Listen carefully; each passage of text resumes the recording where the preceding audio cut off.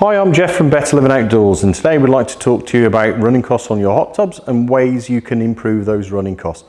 Obviously, electric prices are increasing quite a lot at the moment. It's a hot topic. We're getting a lot of phone calls now saying, what can I do to improve the running costs on my spa? So we're going to try and run you through different things that you can do to make that a little bit cheaper. It doesn't really matter which sort of hot tub you've got. We'll talk to you about the different insulations, things you can do to improve it, and ultimately, hopefully, bring your electric costs down a little bit. So, insulation system on our tubs. A lot of our earlier models, and we're going back maybe 5 or 6 years, just came with the foam insulation like we have on this spa here. So this is probably the most basic level of insulation on the tub. There are things you can do to improve this. One of the first things that got done is we started adding a thermal space blanket around the tub. So that's material like this, which basically is secured all around the perimeter of the inside of the cabinet and across the floor of the spas. This is relatively easy to get from most DIY stores. You can add this to your spa yourself. This will aid your running costs quite significantly.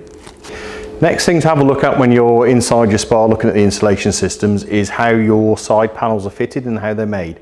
So some of our earlier tubs and our low end range come with a side panel like this. So basically they're hollow on the inside.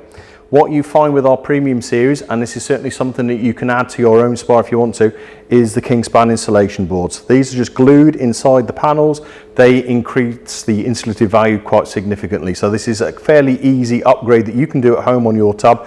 It will make a big difference to your running costs. Okay, so you've had a look at your insulation inside the tub, you've got that to a level that you're comfortable with. Next thing that we found really effective, and it's a cheap, easy fix, is the floating blankets. So essentially this is quite a thick kind of bubble wrap material. There's a bit more to it than bubble wrap, trust me. But what it does, you cut it to the internal floating size of your tub and it will hold in the moisture and the heat underneath your cover. So this reduces your running costs. It also stops moisture ingress into your lid, which ultimately is going to extend the life of your lid as well. So really good addition, not desperately expensive, but really effective. So those were some basic steps to help with your running costs on the hot tub. But the last thing I really need you to think about is how you use the hot tub. Ultimately, there's no escaping. This is a big hot bath of water in your garden. So depending when you're going to use it, you need to think about heating it. Before, we always used to tell you, I'm guilty of it, leave it on at running temperature all the time. It's the most economical way to run it. To be perfectly honest with you, 12 months ago, it probably was the most economical, or it certainly was the easiest way from a management point of view to think about it. But now, I do say to you, think about when you're using the hot tub. If you only use it at the weekend, when you finish using it on Sunday night, turn the temperature down into the mid-20s. The spa will progressively cool through the coming week. It will still do its filter cycles, so it'll still keep your water nice and clean and good.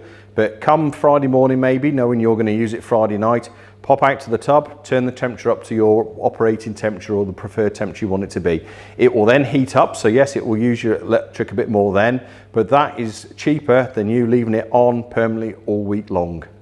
If you're using it a little bit more frequently, then think about it a bit more sensibly. So I don't know, you use it Monday, you use it Wednesday, you use it Friday.